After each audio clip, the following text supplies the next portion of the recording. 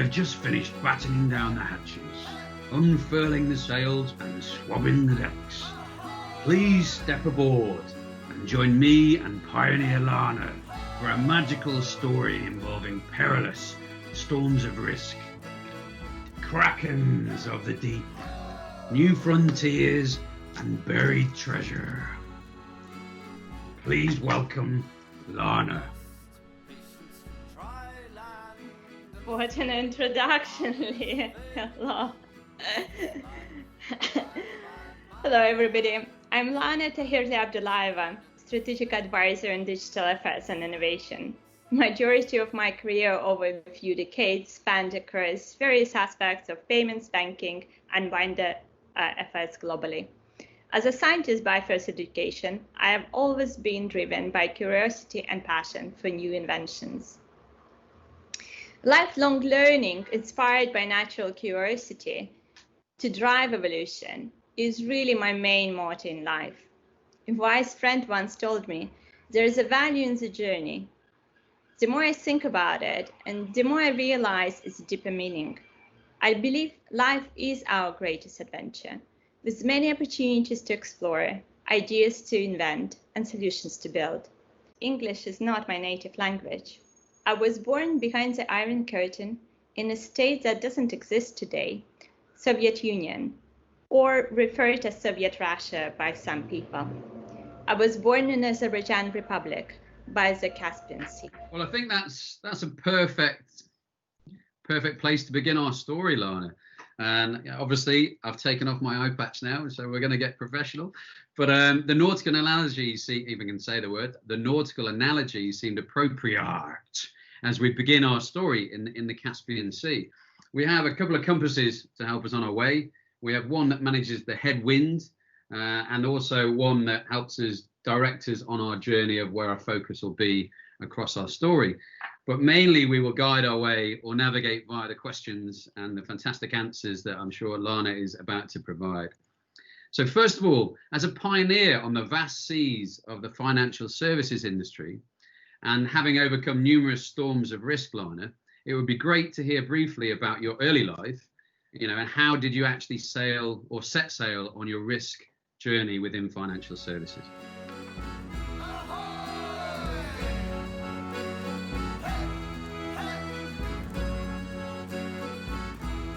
I was born and grew up on Caspian Sea. So the passion to swim in deep waters, literally and otherwise, probably remained with me for a majority of my life. But you ask about my background and my family. My family has a rich national Azerbaijani heritage with a famous great-grandfather and well-known grandparents. Something that my humble parents hardly emphasized as we were growing up. In school, I studied 3 languages: Russian, the state language of the Soviet Union, Azerbaijani, the language of my ancestors, and German, a foreign language. By 16, I was rather fluent in German, sufficiently so to participate in a school exchange with gymnasium in Germany and visit Mainz, an ancient Roman town in Rhine Valley. This was my first ever trip behind the Iron Curtain. Fascinating experience. It was April 1991, soon after the fall of the Berlin Wall. A truly unforgettable one, of a different life and novelty of democratic values. By the end of 1991, the Soviet Union collapsed, and this brought a wind of freedom and independence to my homeland Azerbaijan, but also economic and political instability and the recession. The established governance system of the past fell apart with the days and months. Basic supplies were not available. Wealth devalued and currency inflated a few times. That was really a moment of truth of my life. Back then, I learned at a very young age the value of investing in transferable skills rather than physical assets. I was still studying my math, data, and computer science degree in one of the top universities, and I was enjoying my youthful student life as well as mastering my English. My master's degree project created an online yellow pages for the first digital telecom in Azerbaijan. So in my early 20s, I taught myself English to win the British Chancellor Scholarship. I was eager to come to London to learn about the history of the UK banking and financial services, as well as to gain first-hand experience in the UK financial services market. No, that was fantastic, Lana. That was absolutely brilliant. What I forgot to mention before was within one of the navigation compasses that we're using. Oh no, please stay on. Please stay on. Is that we had the strategy, oversight, process, people, and technology. And I know me and you have had a conversation about the relevance of some of these areas currently in the market. But you know, this was put together from OSEG, from COSO framework, and a few others. But in terms of vision and where you started your journey, it kind of works quite nicely, in terms of how that strategy or how your vision evolved in that kind of area. And I know we're going to move, as you just mentioned now, with wind in our sails. We're riding the waves, leaving the Caspian Sea in our wake, and we're heading to yet another ancient Roman town of Londinium. So over the horizon, we see the British Isles, and we enter the Thames estuary, heading towards our next port of call. So I've got a couple of questions for you about your arrival in Londinium, or the Big Smoke. You came through the turmoil of the fall of the Iron Curtain, like you mentioned. And you've also mentioned in the past you fell in love with London, specifically as you saw it coming over the horizon, I remember you saying. So my question is, this new land of opportunity that came with challenges, what were some of the opportunities that you found, and how did you navigate some of the challenges? I know at the time, and it's quite pertinent nowadays, there was a male-dominated financial services industry then. So I was just wondering if you could take us or talk us through some of those.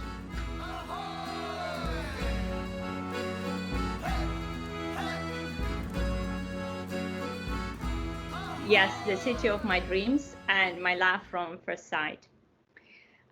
My technical degree came to be very relevant to the evolution of the financial services in the UK back then in the late 90s, when the industry was concerned with the system and technology infrastructure collapsing due to year 2000 problem. As for me personally, it was simply an eye-opening experience on many levels. City felt very uniquely dressed and uniformly dressed. Everybody sort of black and dark navy suits, men and women. But that kind of gender thing didn't come across my mind at the time. I think I was very young, passionate, and driven. Maybe naive to a certain degree or ignorant for that naivety. But I felt welcome in the city. I felt welcome for my technical expertise that my colleagues in an insurance company didn't have. I really enjoyed my life in London and the UK back then.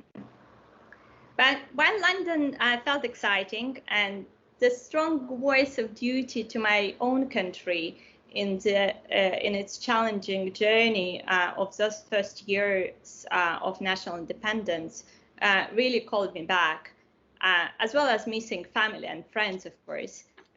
And return back home was very warm and welcome. Fantastic, Lana. Thank you again. That's very insightful. And some old sea dogs have told me many a yarn by the fireside over goblets of grog. They all talk about bringing back unique artifacts from lands far off. That's not easy to speak in that accent. So I was wondering that from your time in London and going back home to Azerbaijan, was there any unique artifacts, or did some experiences from your time in London, were you able to bring that back to Azerbaijan? How did the combination of both cultures allow you to harness the best of both worlds? And if it did, how did that manifest?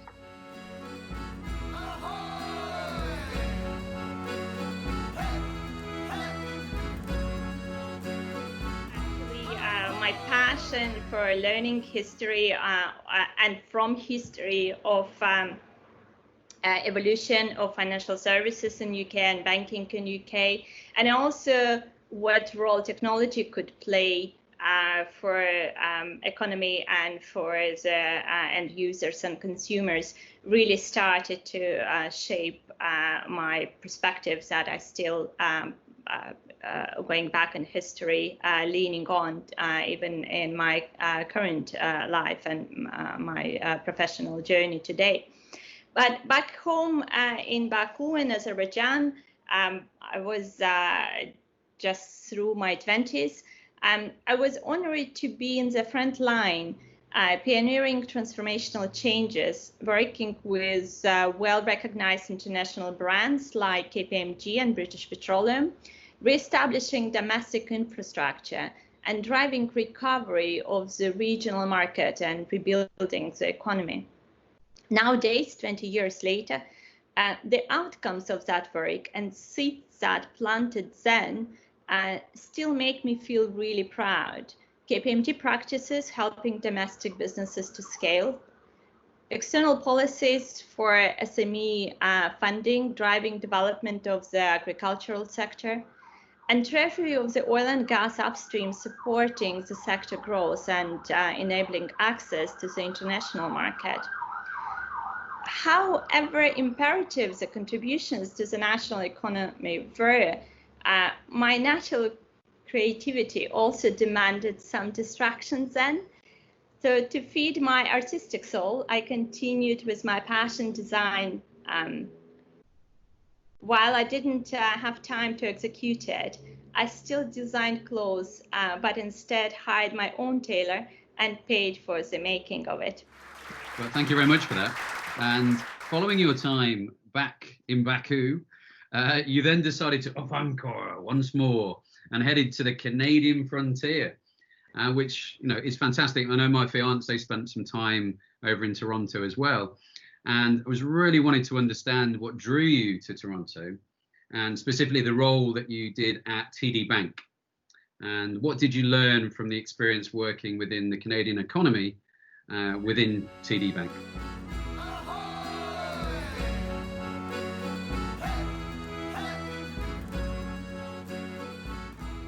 My partner's job that took us to Canada, and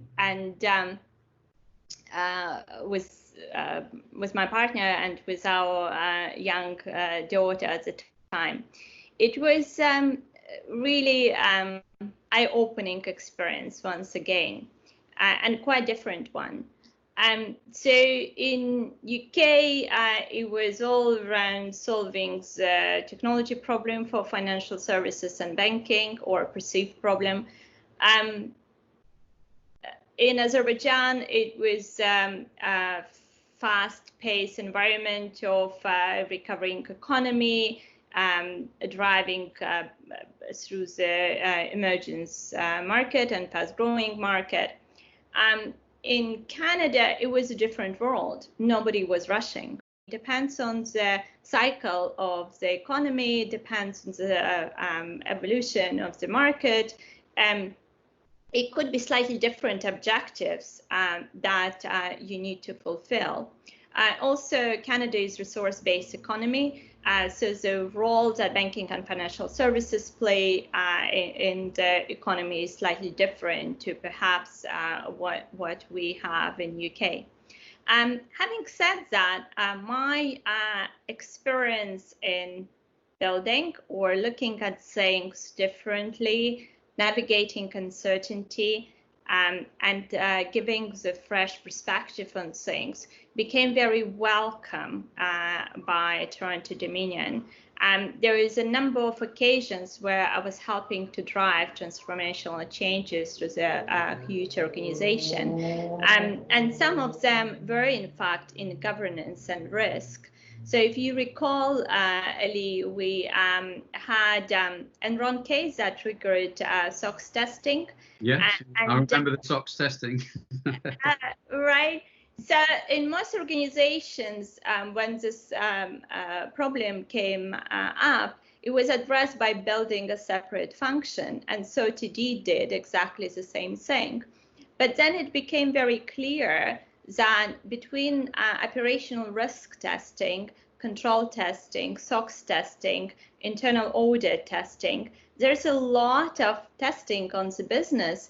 Really, all these people who come to the business asking the same questions, asking for the same materials, are putting a lot of pressure, but not really adding value in relation to the pressure they are building. So one of the things that I was able to help with is to optimize that approach and able to actually really add value to the business by managing the risk and control environment rather than taking it as an extensive kind of tick boxing exercise. There is a thing with quite fundamentally different in internal audit approach of auditing large programs. And that was where auditors usually come and do reviews post the fact. But if you're running large-scale project and transformation project, after you've done that, you already know most of the things that worked and didn't. So the real values that auditors could add is throughout the process and being part of the team. So that was conceptual difference to the dynamics of the audit methodology. And I'm proud to say I was pioneering those aspects. Again, adding value to the business, adding value to the boards and shareholders from that independent and fresh perspective. I know that you wanted to return to London, so you were closer to the Med and the Caspian Sea, as we just mentioned. So you gathered up your crew and you hoisted the mainsails and you headed back with your family to the UK shores during the 2008 financial crisis. And I believe you helped shape the UK payments landscape as a member of the Payment Strategy Forum. So the question I had for you was, over the last 10 years, what have been the major changes you've seen to the FSI, and how have these changes led to the most recent open banking initiative?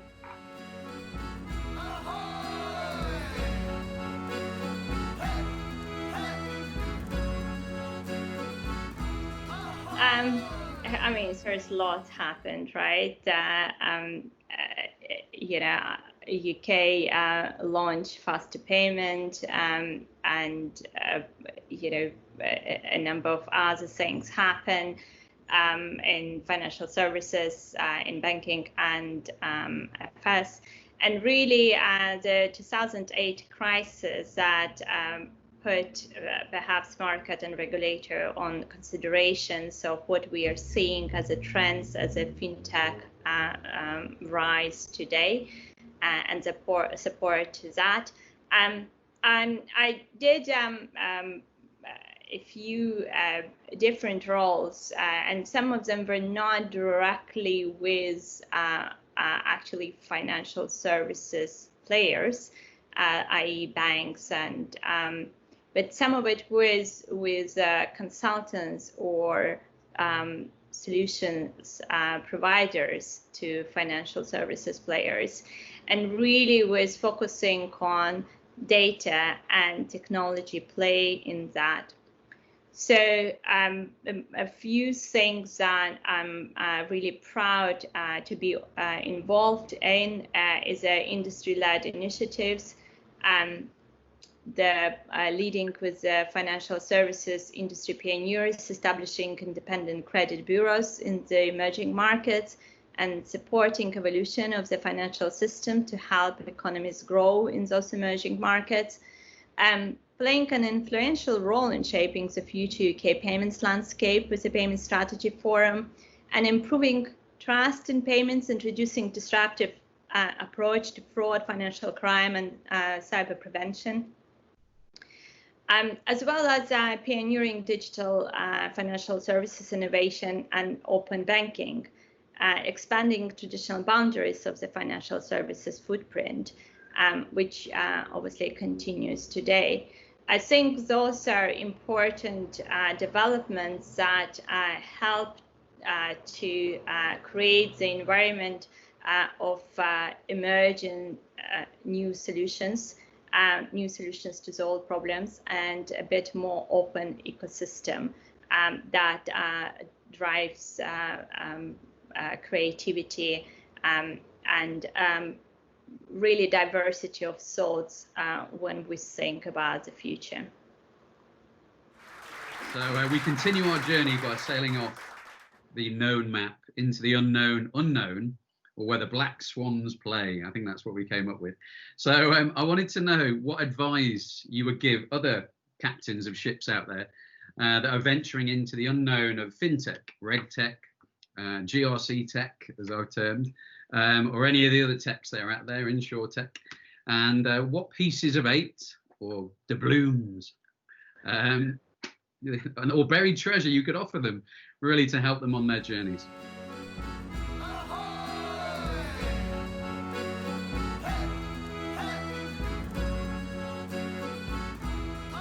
I will start with the leadership skills and the mindset. I think that's really important, and that's actually critical for fintech, regtech, as well as the traditional players. I think what we are perhaps been missing in some of the traditional space over the past 5 years is the entrepreneurship skills or entrepreneurship approach or perspective. And what I mean by that is that it really involves two sides, two very contrasting and perhaps conflicting traits and qualities. One is really the drive, the passion, the focus, the perseverance, persistence. And two is the creativity, curiosity of mindset, the passion for that new inventions. And the combination of two with a huge adaptability, and adaptability in a way of being resilient, but also being open-minded. That's really important. If we look on some of the concept of agile and some of the concept of lean startup, it's really important to focus on the problem that you're solving rather than on the product that you are creating.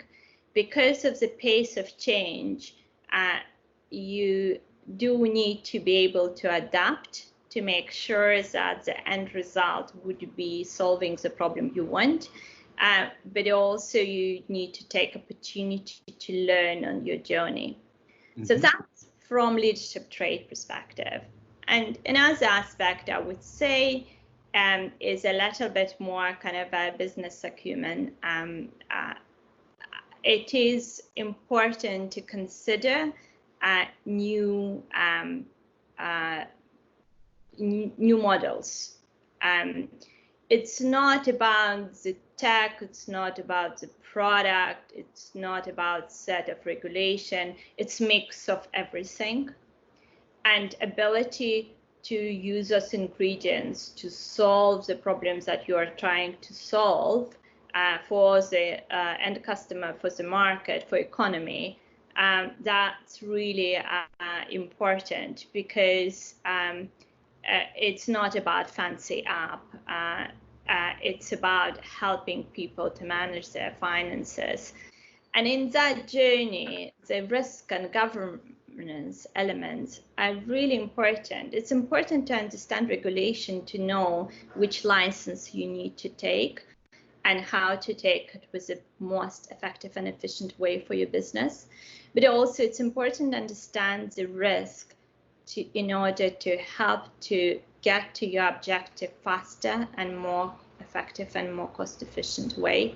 And if you treat compliance, if you treat risk, if you treat governance as a separate exercise, as a kind of tick boxing, one it's a huge cost. It's growing its own arm and legs. It's becoming not relevant and not helpful to your business. While perhaps I'm really a business person with passion for inventing, governance and risk to me are really important ingredients in overall toolkit, as well as technology, as well as understanding the market and industry to, at the end of the day, lead people to serve the customer. Great, thank you, Lana. And that brings us quite nicely, almost the full circle on the compass, all the way around to the technology. We've been past the oversight, the process, the people. We've spoken about the culture initially, and obviously the technology as well with the fintech side of things.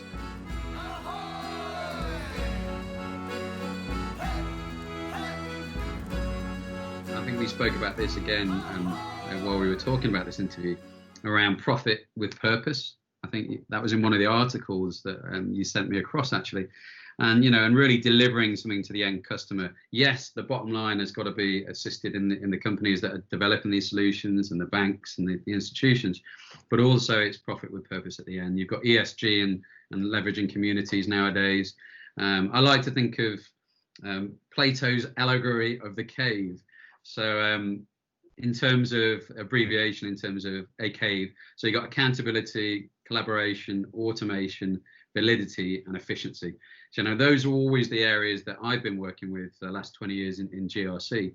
Reducing duplication within a mortgage process or any process really, and then reducing your cost of compliance and cost per control, as well as delivering the end users a much better experience.